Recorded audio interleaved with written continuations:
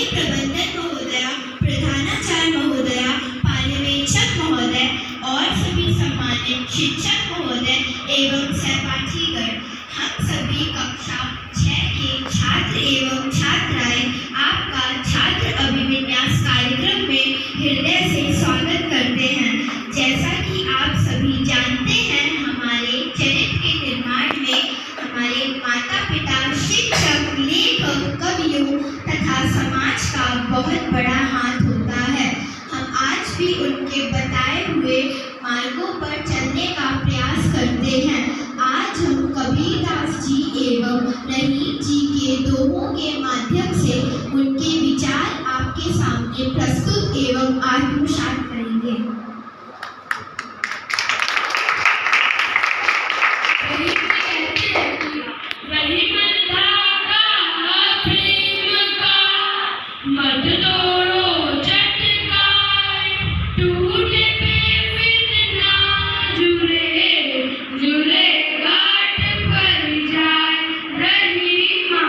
जुरे गाठ पर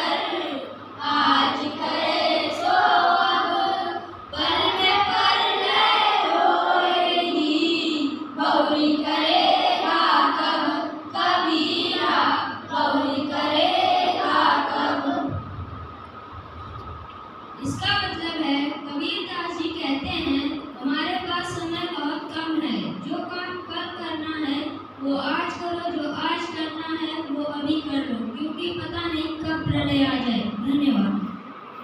अपने बड़ों के मार्गों को तो इसी प्रकार